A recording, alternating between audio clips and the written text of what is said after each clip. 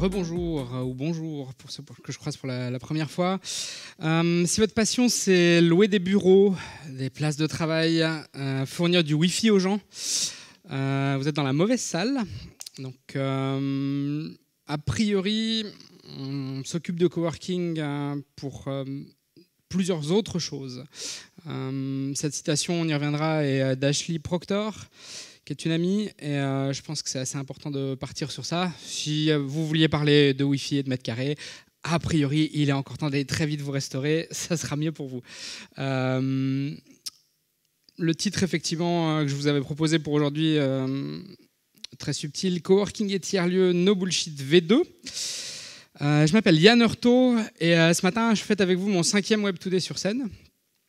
Ça me permet chaque année de raconter ce que j'ai fait dans l'année écoulée. C'est une scène pratique pour moi. Et puis on va essayer de voir ensemble si ça l'est aussi pour vous. Ça va être à vous de me dire un petit peu, cette année en tout cas. Un petit bilan, en 5 ans, on a parlé de trucs parfois cool. Beaucoup de mes erreurs aussi, dans des domaines aussi variés que l'innovation appliquée aux médias, le biohacking, le coworking, les communautés de coworkers plus précisément, ces gens qui travaillent les uns à côté des autres, puis éventuellement ensemble, souvent, autrement. L'année dernière, on s'est reconcentré un petit peu sur juste ce qu'il faut de curiosité pour ce que font les autres. C'est bien aussi, pour pas toujours parler de moi tout le temps.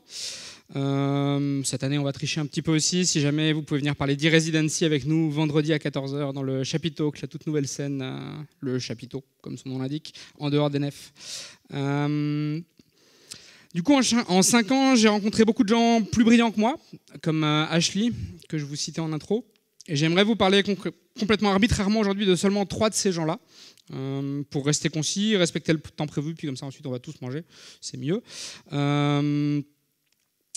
J'ai rencontré Ashley en 2013. Aujourd'hui, Ashley lance un projet qui s'appelle 312main.ca, si vous voulez la retrouver, 312main.ca en bon français. Ce qui est intéressant dans le quartier de Vancouver où elle est installée, ce bâtiment, c'est l'ancien poste de police, moyennement sexy. C'est le quartier d'Amérique du Nord où il y a le plus de gens qui meurent à cause de la crise des opioïdes. Je ne sais pas si vous avez entendu parler de ça. Et régulièrement, par exemple, l'année dernière, il y a 2 personnes qui sont mortes dans ses bras pendant qu'elle allait au travail, pour vous donner un petit peu le cadre. Et dans ce quartier de Vancouver, qui est par ailleurs une cool ville, il y a vraiment des très chouettes choses là-bas, c'est là qu'elle a décidé d'installer quelque chose qui est en train de devenir la communauté de coworking la plus intéressante en ce moment au Canada. Une des choses qui se passe là-bas, dans cette communauté qu'elle construit depuis 1 an, mais qui vient seulement d'ouvrir ses portes. Cette semaine, il y avait une centaine de personnes qui co-travaillaient ou qui faisaient d'autres choses là-bas. Ashley s'occupe d'un projet qui s'appelle cohip.ca. Cohip, c'est Co-Working Health Insurance Plan. Simplement, l'Amérique du Nord, le Canada, les États-Unis, la Suisse, le pays où j'habite aussi, sont des pays où on est très très mal couvert au niveau de l'assurance santé. C'est pas une figure de style, très mal.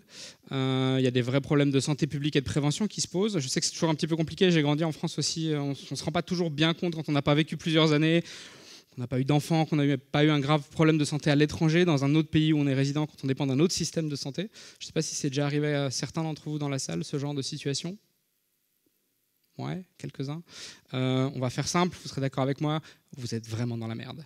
Quelque chose qu'on expérimente rarement ici. Il y a toujours un moyen de retomber sur un système de couverture universelle, ce qui existe assez peu ailleurs. Et donc le sujet, c'est pour 20 000 indépendants, travailleurs isolés, membres de communautés collaboratives, artistes,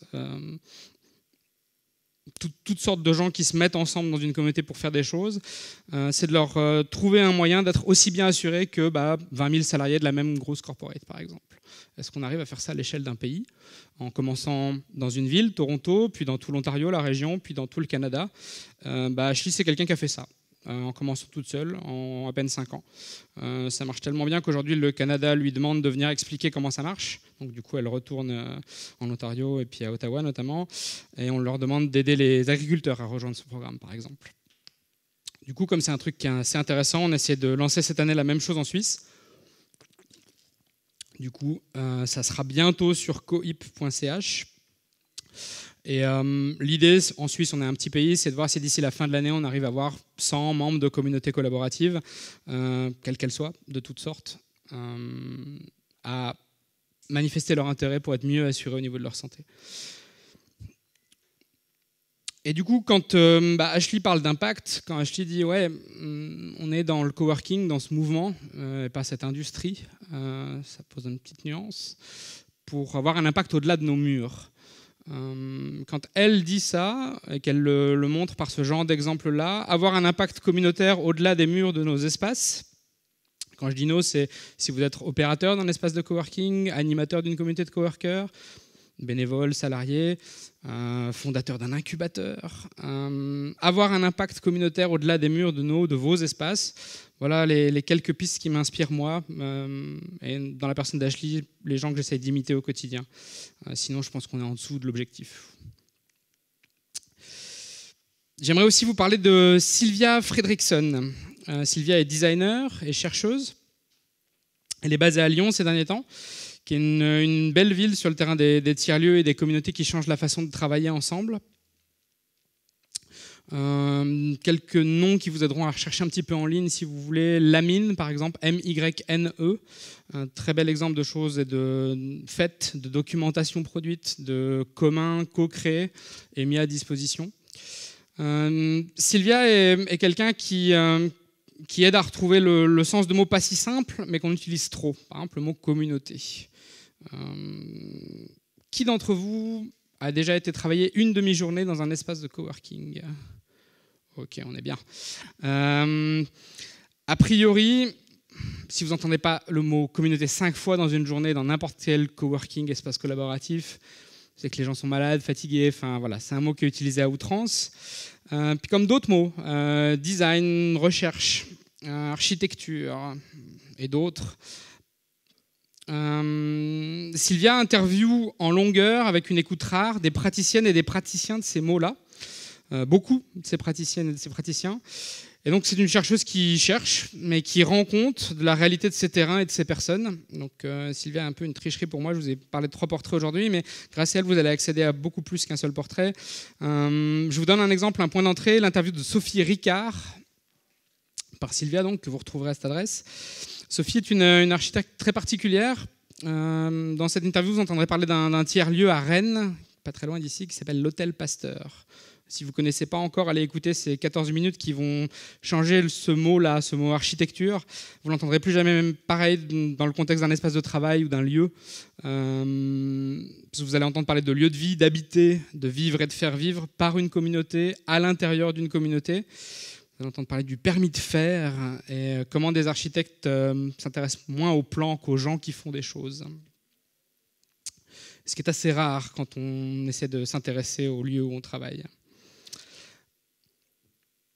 On va faire une petite pause sans faire de portrait précis, mais on va parler 2 secondes d'autres personnes qui ont un rôle et qui ont pour mission d'avoir un impact local fort, les politiciens et les journalistes. L'interaction entre ces rôles-là et puis les communautés de travailleurs isolés qui se mettent à travailler ensemble, d'artistes, c'est une collaboration rarement simple. Un exemple qui ressort d'autres rencontres, j'en ai pris que 3 aujourd'hui, mais de 5 ans de rencontres, refuser la visite de zoo, je vais le dire comme ça, avec ces rôles-là. Un politicien, une politicienne, un journaliste qui va vouloir venir visiter votre espace, et votre espace spécifiquement, pas rencontrer vos membres, pas savoir ce qui se fait, quels sont les projets qui sortent, qu'est-ce que vous avez fait tous ensemble l'année dernière par exemple, quel impact vous avez eu. Non, ils vont vouloir venir visiter un lieu. A priori, c'est une perte de temps pour tout le monde, je le déconseille. Quelque chose qui peut être une approche un peu plus intéressante, travailler ensemble sur des projets communs, dans les mêmes espaces, les uns à côté des autres. Comment on commence ça ? La prochaine fois qu'un journaliste vous appelle et vous dit « j'aimerais faire un petit sujet sur vous, allez, 500 mots vite fait, une petite interview », dites non, et par contre, vous êtes la bienvenue pour venir travailler une semaine chez nous gratuitement. Et en fait, on a d'autres journalistes dans la communauté, donc peut-être que c'est quelque chose qui pourrait vous intéresser. Un politicien qui vient avec un groupe de gens, une petite dizaine comme ça, pour visiter. Bon, si par faiblesse vous acceptez, à une condition, ils doivent rencontrer et discuter pendant 10 minutes avec un ou une membre et apprendre l'histoire de cette personne-là. Mais voilà, petite interlude, parce qu'on essaie souvent de faire des portraits de coworkers dans les médias. Donc bon, un portrait, il faut discuter avec les gens, quoi. Un dernier portrait pour aujourd'hui, une personne très importante pour moi, et puis j'espère qu'il vous inspirera également, Johan Duriot, qui est basé à Saint-Étienne. Johan vient de terminer sa formation d'élagueur professionnel. Alors vous, je ne sais pas, mais moi, j'en connaissais pas avant. C'est assez cool comme métier. Ils font des trucs de malade avec des grosses tronçonneuses à 30 mètres de haut. Enfin, c'est pas mal. Mais quand j'ai rencontré Johan, en fait, il était plutôt comme ça. Ça, c'est la Biennale internationale de design à Saint-Étienne en 2017. Saint-Étienne est une ville assez intéressante au niveau des tiers-lieux et du coworking. C'est très actif depuis 2008. Il documente beaucoup de choses. Vous avez peut-être entendu parler d'un wiki qui s'appelle movilab.org, où énormément de choses ont été documentées. Johan fait partie des pionniers de ce mouvement-là et des cofondateurs de ces communautés-là. Et donc, il a permis à des milliers de personnes pendant cette biennale qui s'est étendue sur plusieurs mois de découvrir ces concepts au travers d'une exposition dédiée. Et il nous permet d'aborder, à travers son cas personnel, la notion de prendre soin. C'est quelque chose qu'on entend de temps en temps. C'est bien de prendre soin de ses membres, c'est bien de prendre soin des gens qui sont autour de nous. On est des coworkers, après tout, on n'est pas des étrangers. On se voit tous les jours, on prend soin les uns des autres. On est une communauté.